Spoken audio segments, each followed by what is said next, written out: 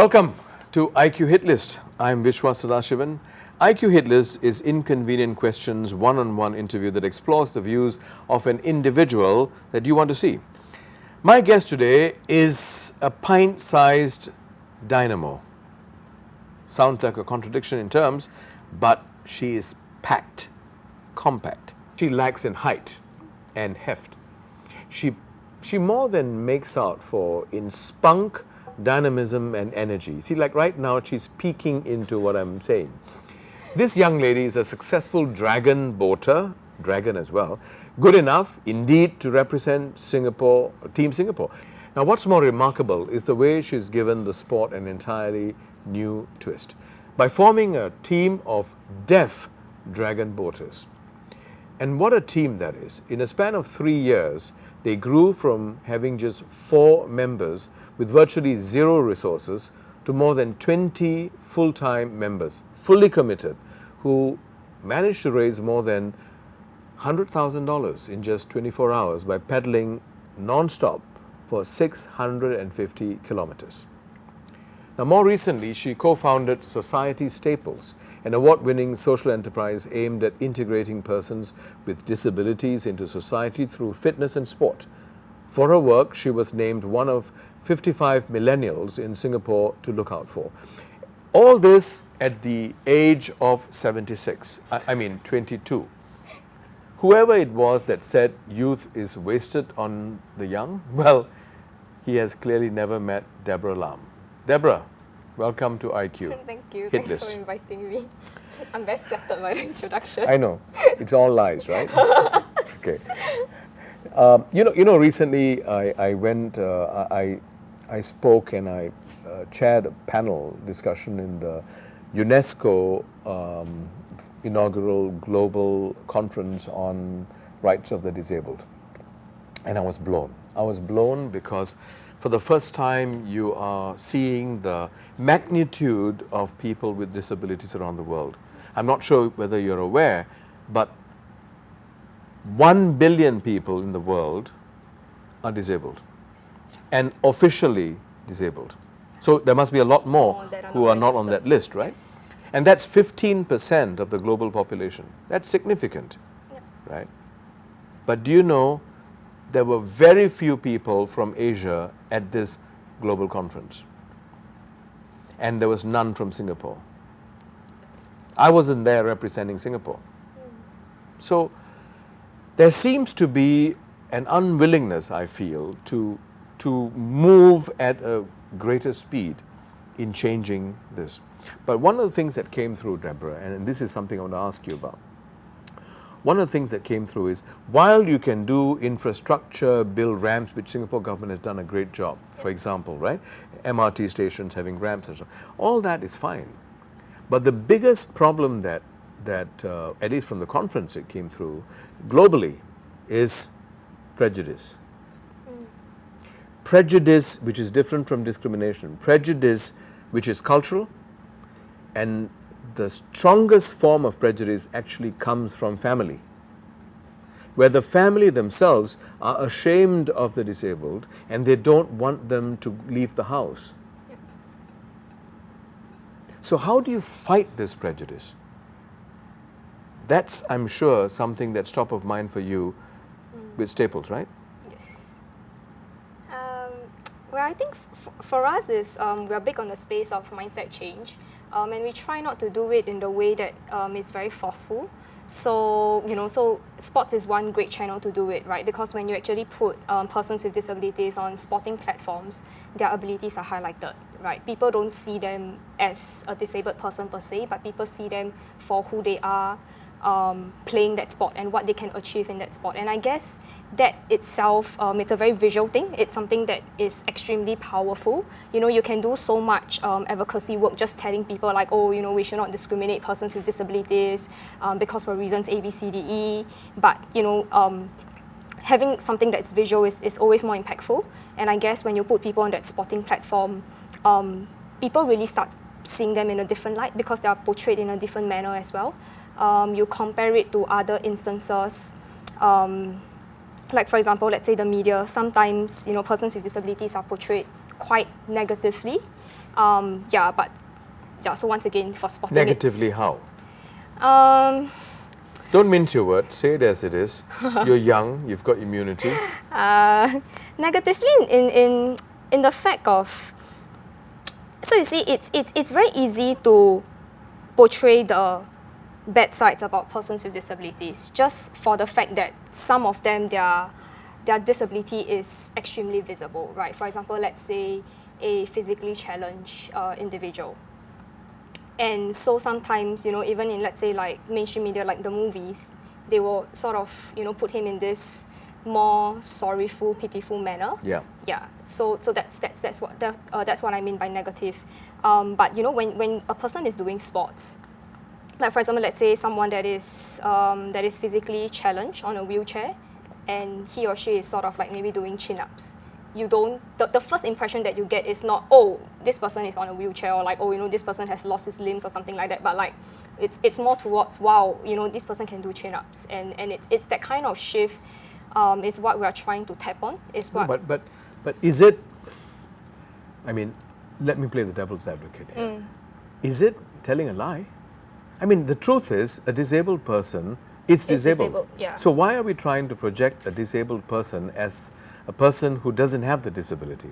Or are we projecting the person as a person who has other abilities? I think it's the latter. It's giving people more alternative viewpoints of a disabled person. Yeah. I mean, for example, Stephen Hawkins, right? Yeah. He's a disabled person. Yeah. He's got cerebral palsy. Yes. He's not out there trying to say, I've got no cerebral palsy. Yeah. He accepts that he can't speak, Yeah. right? But he is known for his an achievements. incredible ability here, Yeah. right? Yes. Totally So, agree. so how do you manage that? How do you convey that point? I mean, you're not trying to bluff people to say this person is as normal as you and I. It's Yeah. exactly, no, that's not the point you're making, Yes. right? So how do you manage this? Because the truth is, a deaf person has certain disabilities. Yeah. We don't really try to manage it. I mean, there's no like magical formula put in place for all the stuff that we have been doing. I guess, to us, it's always about thinking, how else can we give them opportunities? What are the other alternative channels that have not been explored that Yeah. maybe we should try to work on that and see whether it turns out well. That's. Give me an example. What do you mean, So, alternative channels? Sports, for instance. So I think so far there has been a lot of, or rather the government has been working a lot on the more practical issues faced by persons with disabilities, like employment, education, things like that. Social integration, social interactions aspect is something that has not been, that has not had too much focus on. It's only increasingly in recent years that people are starting to look into it. So this is where the magic of sports comes in, right? Because for one instance, it's a softer approach. It's not so much of a practical solution per se, but yet at the same time, it fulfills a lot of social integration, social interaction objectives. Because when all the activities and the platforms that we create, we don't just work directly with persons with disabilities, but we encourage a lot of public's participation as well. So Yeah. I guess it's really about building, such common platforms. And would you say it is about creating a certain acceptance through awareness? Yes, No, definitely. it's really, I mean, I'm not harping on this point, but the point here is we need to accept a person as a person Yeah. who has pluses and minuses, Yes. right? Yes. It's not about trying to ignore the Ignore, minuses and pretend as if he's a normal human being, Definitely, right? That's not definitely. what you're trying to do. No. Right? Yeah. All these people, and when you have the public facilitation and so on, there's a clear acknowledgement that these people are hearing impaired Yeah. or visually impaired and so on. Yeah. You're not trying to hide that, Yes. right? Yes. So when you talk about facilitation skills, what exactly is that and how is that going to help change perceptions? Facilitation is in the programs that we are Yeah, doing. the programs that you're doing. How is that going to help change expectation? Well, I think first of all, there is a huge lack of, or rather, there is a gap of common platforms. Persons with disabilities sort of grow up in one system on their own, and likewise society, people like you and me, we grew up in another system.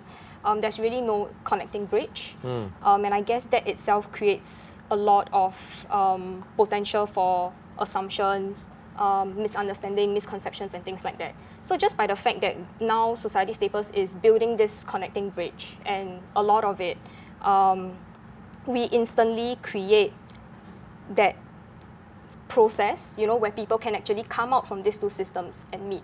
And I guess it works very, very similarly to friendships, right? So let's say it's our first day in school, you know nobody, you feel very lonely and things like that. Yep. That's generally how a person with disability feels, right? And then after that, your teacher start pairing you up in a classroom, and then you start talking to the person beside you, person in front, person behind, and then you feel a lot more familiar with your environment. You start becoming a lot more comfortable, and then very soon you form really close friendships, and you start to feel that you belong in there. That is exactly what Society Staples is trying to do in all our events, right? So how many people have you had come on board so far? So if you talk about persons with disabilities, we have worked with slightly more than 500 for 2015, an accumulation of all our events. So how do you get these people? I believe it's the range of disabilities, yes. right? So we work very closely with VWOs. Okay. Yeah. Who sort of, the various VWOs? Yes. And NGOs? And NGOs, okay. That's right. Okay.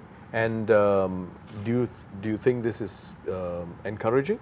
More and more coming forward? No, definitely. I think the focus now of sports, especially after the recent APG has ended, it's really increasing. People are starting to see the potential of what sports can actually do for society and for persons with disabilities as individuals. So your main lever is sports still? At Society the current moment, Staples? yes. Do you have plans to shift it to other forms of, for example, people talk about arts, performance, right? As another way of integrating. Yes. Would you go into that as well subsequently? No plans, right? At the current moment, no. Maybe because it's really in our expertise and it's sort of our domain to be in a sports sector, and we've been doing really well just on that front. So yeah, arts probably. Let's move away from this and come to you. Okay. Talk about you. You're different, lah. I mean, I'm not just talking about your smallness. You're different. You've got a certain X factor, Thank you. I can't think of that many people at the age of 18 or so going into something like this. Yeah. I gather your mom herself wasn't that persuaded that this is the right thing to do, right? I mean, like most mothers would be concerned, like, does she know what she's doing? Yeah. Is she doing this so that she doesn't have to study? I'm sure you had that, right? Yeah. Because I have the same kind of questions with my daughter, who's 16, right? So, what is it that's driving you to do this? What got you into this whole space of disabled persons? Okay, so I have always been very interested in this space, or rather I've always knew that I wanted to do something because of my family background. So I have two brothers who are autistic. So ever since young, I always had this really huge dream that I'm going to drive a Lamborghini by 25. I'm going to stay in like a house like Sentosa Cove. Yeah, obviously back then I didn't. You've got 3 more years to get the Lamborghini.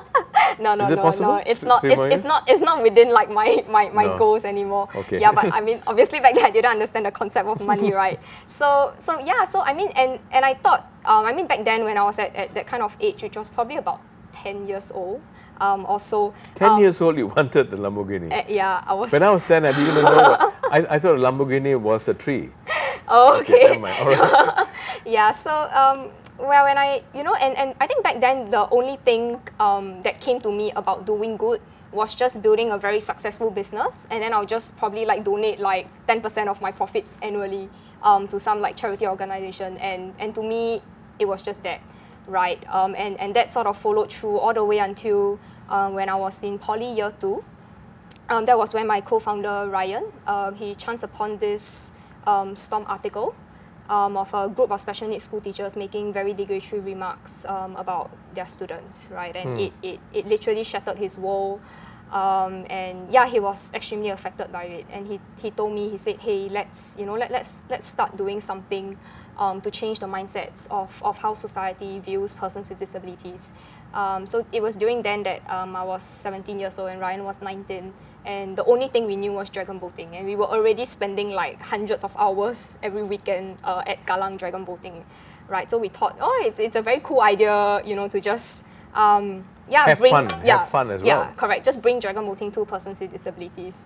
Yeah. So this is the funny part. So I really want to, you know, be like a very model individual and say like, oh, I've always wanted to do this, but actually no. So yeah. So I mean, the truth was when Ryan told me that, you could really tell and see. From his point of view, that this is really something that he's very committed to, right? So Ryan he's a person with a heart of gold. I'm a little bit more different. When I first started Deaf Dragons, I sort of just view it as, you know, another one of the projects that I'm doing, and I sort of came in with a not a very good mindset, in the sense that I felt that by doing this, I was helping deaf people, and it was a very one-directional that you way, yes, were helping them. Yeah, okay. It's not more like a two-way channel, like the way I see it now. Yeah, so but I guess, you know, it's through the process, the changes that I saw in the paddlers themselves, and also how much Deaf Dragons as a team impacted the dragon boat community. That slowly, you know, changed the way I view things, and then eventually, you know, when we saw how much more potential we had beyond Deaf Dragons, and that's why we decided to launch Society Staples. And I guess after doing it for like 3 years, it's sort of like a 360-degree turn. So, I mean, it's amazing. Huh? Most people observe, very, very few, especially at your age, would actually go out there and do it. Yeah. What do you think makes that? Okay. That's difficult for you to answer because you sound like you're self-praising, right? Okay, let me recast it. What is holding? What do you think is holding back more Singaporeans, young people with the kind of energy that you have, to go out there and make the difference instead of waiting for somebody else to do it? What's holding us back? Fear. Fear of what? Failure, fear of the unknown. You know, we No, but when you're young, you shouldn't be afraid of the unknown. That's when you should go for the unknown. That's ideal, but you know, reality is, I guess we all have fears, and there's a lot of things to fear about, right? So you fear of failure, you fear of the unknown, you fear of, you know, what if I start? Do I actually have the right resources to do it? Do I know the right people? Is it the right time? Is it like the right thing to do? You know, what if like I thought this would work, but actually after testing it out, it doesn't? So there's a huge amount of things that it's unknown, and actually I hate uncertainty. But I guess. No, but what's wrong with trying and failing? Isn't trying and failing better than not trying? I don't know. I'm just. For young people, I think it's just very uncomfortable. It's not built in us. We're not. Us meaning what? Singaporean, young, or young people in general. Really? You think young people around the world are the same? For developed countries, yes. What? Tell me. Make me understand. Maybe like the US. I don't know. I just feel that as generation pass, we are sort of expected to do a lot more and a lot better than previous generations, and you know, together with like your a lot better in chosen fields, like academically and like so on. Selected right? fields, yes, and I guess with parental pressure as well. So that sort of steers us in a certain direction where you know, where we should just follow the tried and tested routes that have been deemed as successful, and you know, we should not sort of take roads that are less traveled. So how do we change it? We need to change it, right? Do you agree? To a certain extent, yes. Yeah. I mean, I'm sure not everybody out there is going to go and do what you're doing. Yeah. But when you feel like doing it, you should do it. Why are we so hung up about failing? Discomfort. Why? Loss of face? Are you... Make me understand. It's been a long time since I've been young. Okay, let me think. I would actually really just say it's discomfort. It's just not, well, at least for me, right, it's probably not, and still not within my nature to just immediately jump into things, right? So I guess, I mean, even for myself, when we started Society Staples, which was really a huge risk, I did a lot of research, and we pivoted a lot of times until we have landed on what we are today and what we have achieved. So I guess, you know, when you have fear and discomfort and all these things, the way to combat it is to do research, really go and understand and think about what you're doing, talk to a lot of people, ask a lot of questions.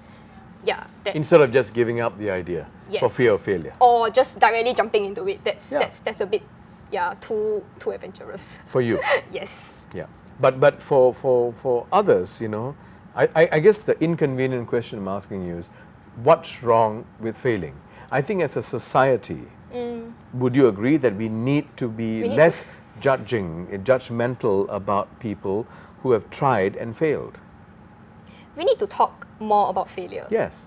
Yeah, we should Parents not, too. Yes, we should not try and, you know, hide it and treat it as something that is extremely bad and negative.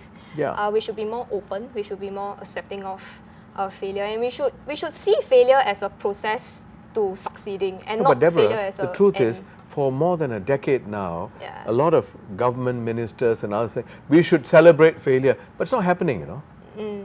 You know, I mean, there's a lot of platitudes, there's a lot of comment about we should celebrate failure, we should accept failure as part of life, failure should be the passport to success. All these are slogans now. Yeah. But do you honestly, look me in the eye, do you honestly believe that there has been an attitudinal shift towards accepting failure? No, slightly, just But slightly. inconsequential, right? Yeah, Insignificant. yeah.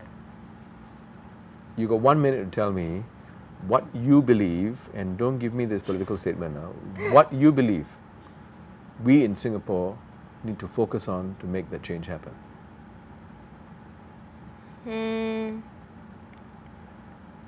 Encourage creativity and innovation, first of all. You sound like government. No, but I mean, it's true, right? If we really don't encourage that, you won't Yeah, have... but what is creativity and what is it? In layman's terms, my dear. The freedom to... Not so much of freedom, okay, wait. The word's not coming.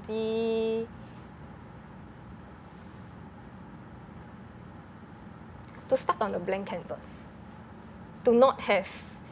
You know, I think right now a lot of people, when they start, their canvas is already sort of like 80% filled, you know, with a lot of like assumptions and all the other stuff that is piling. It's to start on a blank canvas and really, you know, just decide on things that comes from yourself first, and then after that, start experimenting it, instead of doing it the other way around.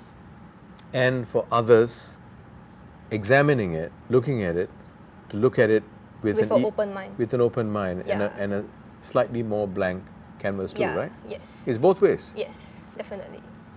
And what do you think will happen if you don't do this? What do you think will happen? We'll more or less remain the same, like now. Yeah. And that's not good, right? Yeah, to a certain extent. Thank you very much. Thank you. That was Debra, Atom Ant. This has been IQ Hit List. Log in to our website www.iq.sg to watch out for our next IQ Hit List. Click the links to see other guests who have appeared on our previous episodes. Post your comments on social media and let us know if there's someone you would like us to interview on Hit List.